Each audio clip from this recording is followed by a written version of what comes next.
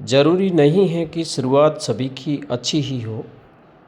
ज़रूरी नहीं है कि शुरुआत सभी की अच्छी ही हो। कुछ लोग हारकर भी बाजी जीत जाते हैं। कुछ लोग हारकर भी बाजी जीत जाते हैं। जी हाँ, हिंदी समाधान में आपका हार्दिक स्वागत एवं अभिनंदन। शुरू करते हैं सरस्वती पांडे गोविंद पांडे पुस्तक के पृष्ठ क्रमांक 1 से 21 तक के प्रश्नोत्तरों की श्रृंखला जो चल रही है उसी को जारी रखते हुए आधुनिक भारतीय आर्य भाषाओं का सर्वप्रथम वर्गीकरण कब और किसने किया। 1880 ईस्वी में डॉक्टर AFR हॉर्नले ने आधुनिक आर्य भाषाओं का सर्वप्रथम वर्गीकरण किया। डॉक्टर हॉर्नले ने आधुनिक आर्य भाषाओं को कितने वर्गों में विभाजित किया? 2, 3, 4 या 5? 4 भागों में। 4 भाग कौन कौन से हैं? पूर्वी गोडियन, पश्चिमी गोडियन, उत्तरी गोडियन और दक्षिणी गोडियन।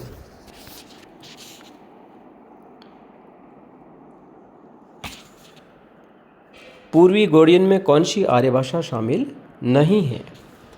पूर्वी गोडियन में कौन सी आर्य भाषा शामिल नहीं है? पूर्वी हिंदी, बंगला, सिंधी और असमी।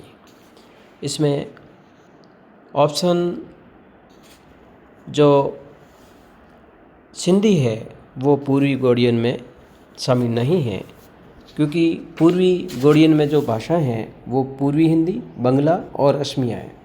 इसके अलावा उड़िया भी है, वो पूर्वी गोडियन की भाषा है, उड़िया।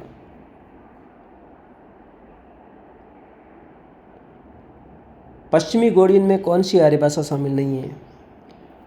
राजस्थानी, उड़िया, गुजराती या पंजाबी। ऑप्शन ब उड़िया है जो पश्चिमी गोडियन की भाषा नहीं है, क्योंकि उड़िया पूर्वी गोडियन की भाषा है। उत्तरी गोडियन में कौन सी भाषा शामिल नहीं है? उत्तरी गोडियन में कौन सी भाषा शामिल नहीं है? मराठी, गढ़वाली, नेपाली, पहाड़ी। इसमें मराठी है वो उत्तरी गोडियन की भाषा नहीं है। मराठी दक्षिणी गोडियन की भाषा है। लिंग्विस्टिक सर्वे ऑफ इंडिया पुस्तक किसकी है? George Grierson. Doctor Suniti Kumar Chatterjee ने प्राच्य वर्ग में किन भाषाओं को स्थान दिया? प्राच्य वर्ग में पूर्वी हिंदी, बिहारी, उड़िया, असमिया और बंगला, जिनको डॉक्टर सुनीति कुमार चटर्जी ने प्राच्य वर्ग में स्थान दिया। डॉक्टर धीरेन्द्र वर्मा ने प्राच्य वर्ग में किस भाषा को स्थान नहीं दिया? उड़िया, असमिया, बंगला या बिहारी। धीरेन्द्र वर्मा ने प्राच्य वर्ग में बिहारी भाषा को स्थान नहीं दिया। धीरेन्द्र वर्मा ने प्राच्य वर्ग में उड़िया, असमिया और बंगला भाषा को स्थान दिया।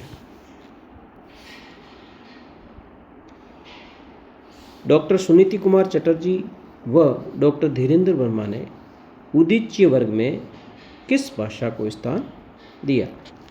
उदीच्य वर्ग में किस भाषा को स्थान दिया? सिंधी, लहंदा, पंजाबी, उपरोक्त सभी। उपरोक्त सभी जो है इनको उदीच्य वर्ग में स्थान दिया गया।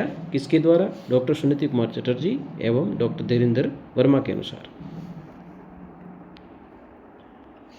आधुनिक भारतीय आर्य भाषाओं का संबंध सूचक प्रसर्गों के आधार पर वर्गीकरण किसने प्रस्तुत किया? संबंध सूचक प्रसर्गों के आधार पर वर्गीकरण किसने प्रस्तुत किया? श्री सीताराम चतुर्वेदी।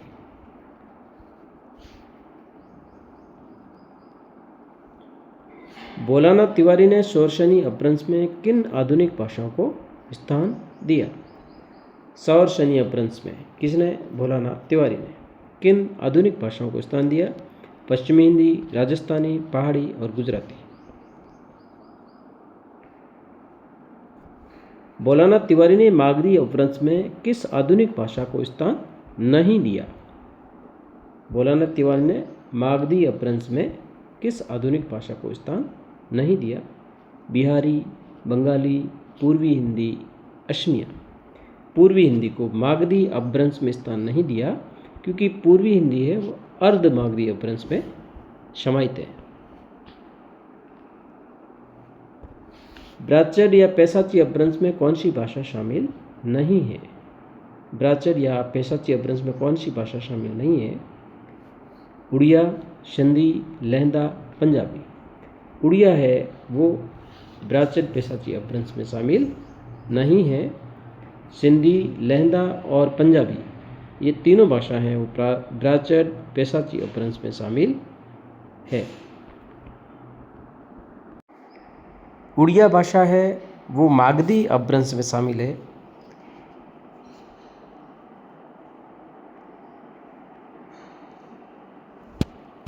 सिंधी की मुख्यतः 5 बोलियां कौन सी हैं?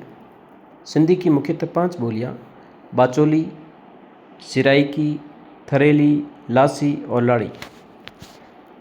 लहदा का शब्दगत अर्थ है पश्चिमी। लहदा का शब्दगत अर्थ है पश्चिमी। इसके अन्य नाम क्या है?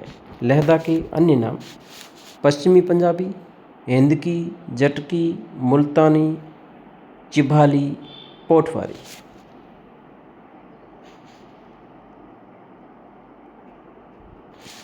पंजाबी की मुख्य बोलियां कौन कौन सी हैं? माझी, डोगरी, दुआबी, राठी। मराठी की प्रमुख बोलियां कौन कौन सी हैं?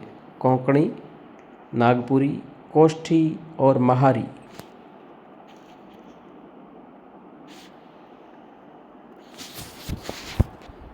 विशनपुरिया बोली किस भाषा के अंतर्गत समाहित है?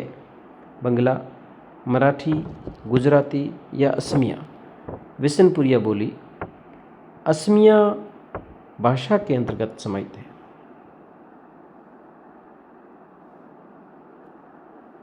उड़िया की प्रमुख बोली